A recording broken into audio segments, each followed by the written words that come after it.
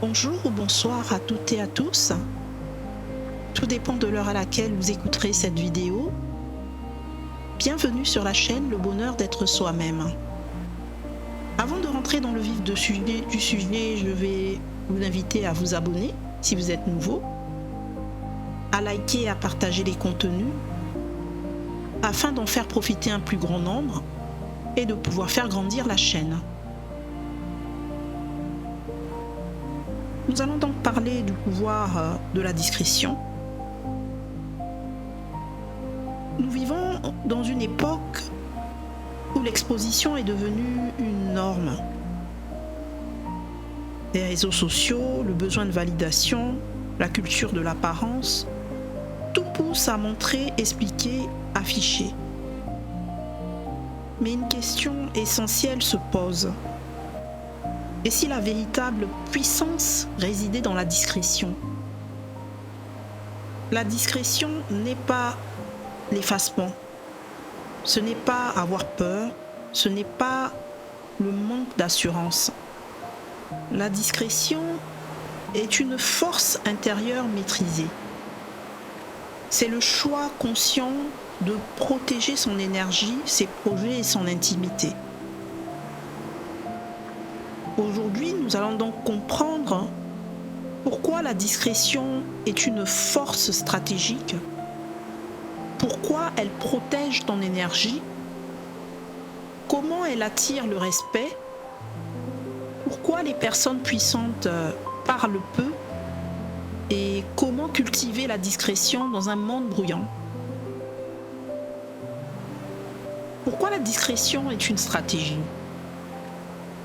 Tout projet fragile doit être protégé. Une idée, au début, est vulnérable. Quand tu l'exposes trop tôt, tu reçois des doutes, tu reçois des critiques, tu absorbes des peurs qui ne sont pas les tiennes. Et beaucoup de rêves meurent non pas par incapacité, mais par surexposition. Les grands bâtisseurs ont souvent travaillé dans l'ombre avant d'apparaître dans la lumière. Regarde dans l'histoire de l'humanité. Les inventions majeures, les stratégies militaires, les grandes entreprises, elles se sont construites dans la discrétion avant d'être révélées. La discrétion permet donc d'observer, de s'ajuster, de se corriger, d'évoluer en fait sans pression extérieure. Et quand tout le monde parle, celui qui se tait écoute. Et celui qui écoute comprend plus que les autres. Alors pourquoi la discrétion protège en fait ton énergie? Parler consomme de l'énergie. Et expliquer tes plans, te justifier, convaincre, tout cela t'épuise mentalement. Et lorsque tu annonces un projet, ton cerveau reçoit une petite satisfaction immédiate, comme si tu avais déjà accompli quelque chose. Mais quel est le résultat? Et le résultat, c'est que ta motivation diminue. En restant discret, tu gardes l'attention, tu conserves tes idées, tu restes en fait concentré sur l'action plutôt que sur l'image. Et la discrétion protège aussi ta paix intérieure.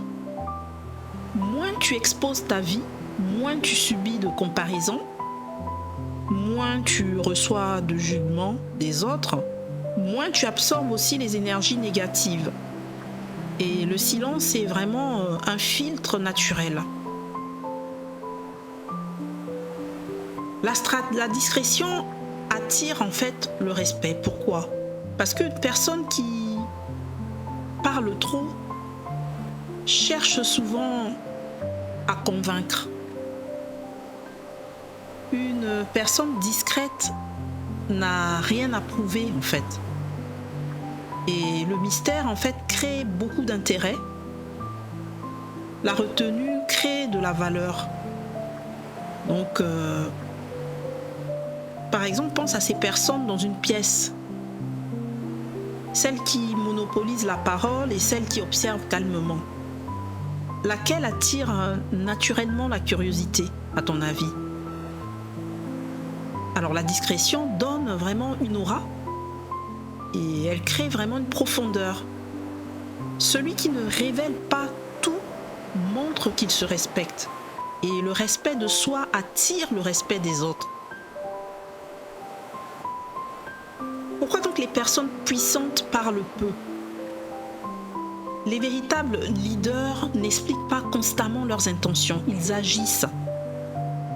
Les personnes sûres d'elles n'argumentent pas sans fin. Et elles ne cherchent pas à impressionner, ne dévoilent pas toutes leurs cartes. La parole excessive trahit souvent le besoin de validation, l'insécurité, l'ego surdimensionné.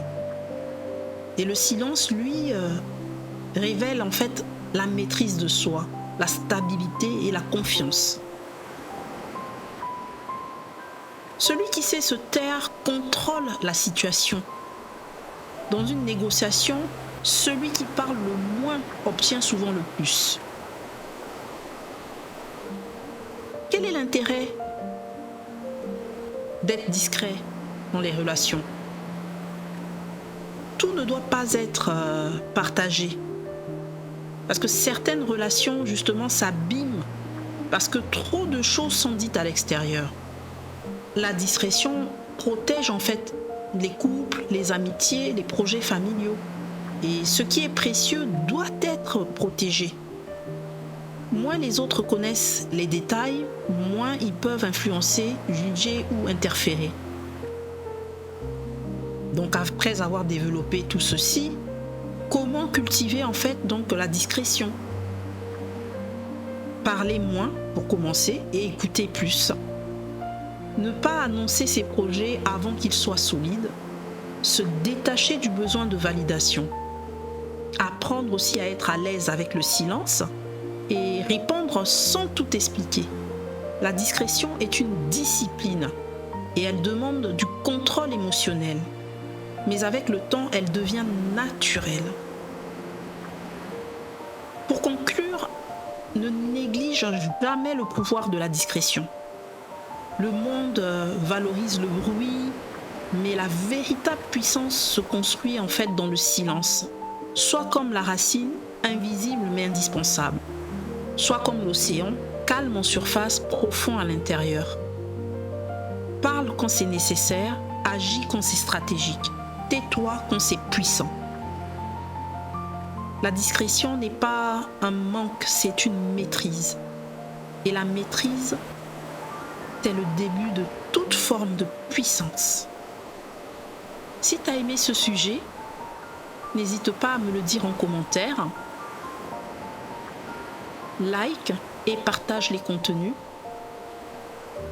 À très bientôt pour une prochaine vidéo.